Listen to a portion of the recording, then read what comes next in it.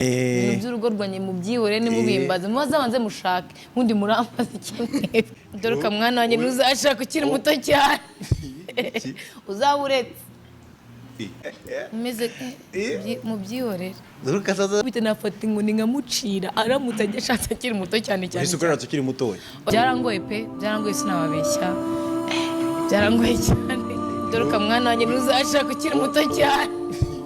Vestine ashyize hanze ubutumwa anyujije ku rubuga rwa Instagram ye bisa nkaho ahise aca ibintu ku mbuga nkoranyambaga ndetse n'abantu benshi atangira kwibaza ibintu byinshi. Vestine ashyize ubutumwa ku rubuga rwa Instagram kuri story yiwe avuga yuko nta mugabo uzongera kumukoresha ko ngo bayeho nabi ndetse ko wazongera gukunda cyangwa se uzongera guhitamo azabanza kumwigaho neza bihagije. Ubu butumwa buratunguranye, icyo nicyo cyambere twaheraho cyambe ni ubutumwa butunguranye, ni ubutumwa buri wese atari yiteze kuko uramutse ukurikije amezi ashize arushinze n'umugabo we ni amezi 3 nta yego ni amezi 3 Idrissa wo muri Burkina Faso wavuga ko butunguranye ariko nanone ukavuga uti Vestine kuva bakinjira mu muziki mu gihe cy'imyaka 4 ishize bombi aririmbana na murumuna we Kamikazi Dorcas. Ni umudamu cyangwa ni umukobwa utaravuze cyane mu itangazamakuru mu bijyanye n'urukundo kuri page y'urukundo.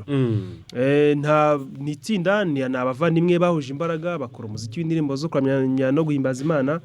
Tubamenya mu itorero, tubamenya indirimbo nziza, baza kuza kwagura noneho bakora umuziki wubakiye cyane ku ndirimbo z'igiswahili kugira ngo bagure isoko.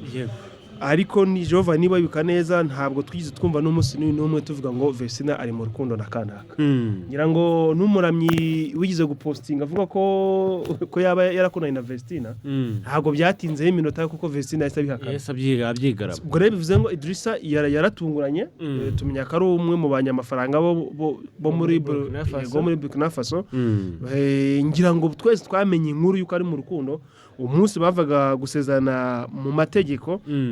Ni mu muhango wabaye ku itariki 15 z'ukwezi kwa mbere muri uyu mwaka bibera mu murenge wa Kinyinya. Niba yuka neza byabaye ibanga rikomeye cyane, yaba ari kuri famille y'umukobwa kuri famille y'umuhungu bagiye mu murenge barasezerana babigira ibanga rikomeye ndetse kugira ngo bijye kumenyekana byaragoranye kuko byaragoranye cyane. CCTV kamera zaho CCTV zigaragaza yuko basezeranye. Nunasubiza inyuma n'amakuru nabonye nuko team ya Vestine barafite gahunda yuko uyu murenge uri bube hanyuma bakazamara nk'amezi 2 batarashyira hanze ayo mashusho. Bivuze ngo amashusho yagomba gufatwa bikazafata igihe cy'amezi 2 kugira ngo tubone ko ibyo bintu byabayeho.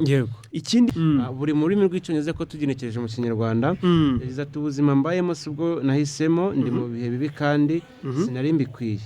Nta mugabo uzongera kumbeshya ngo ansenyere ubuzima na rimwe. Mu mvugo ye nanone akomeza agira ati umuntu uzongera guhitamo nzabanza kumenya bihagije menye imico ye umuryango we ibyo ahagazeho n'ubuzima bwe muri rusange. Nta muntu uzongera kunkwesha cyangwa kunyinisha. Ubwo ni bumwe mu butumwa usesenguye muri ubwo butumwa.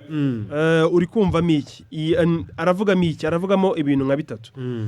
1 aravuga ko abayeho nabi, sibyo? Icya kabiri akavuga ko yakoze amahitamo atayicuza, amahitamo mabi ariko atayicuza kubera ko Imana ijya inyuza abantu mu bintu runaka wenda kugira ngo bakuremo amasomo.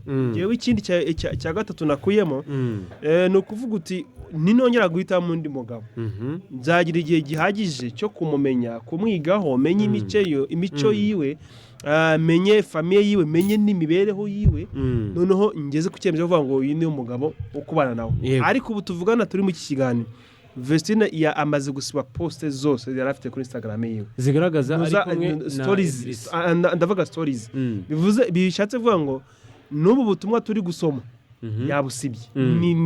Ni story nyine ndi kuvuga ni zabwa butumwa nashyiraho kuri Instagram stories amasama 28 ariko guys ngira ngo murabyiyumviye noneho Vestine na Idrissa bashobora kuba bagiye gutandukana nk'uko mubyiyumviye ndetse munabibonye ko yabyandikiye ku rubuga rwe rwa Instagram.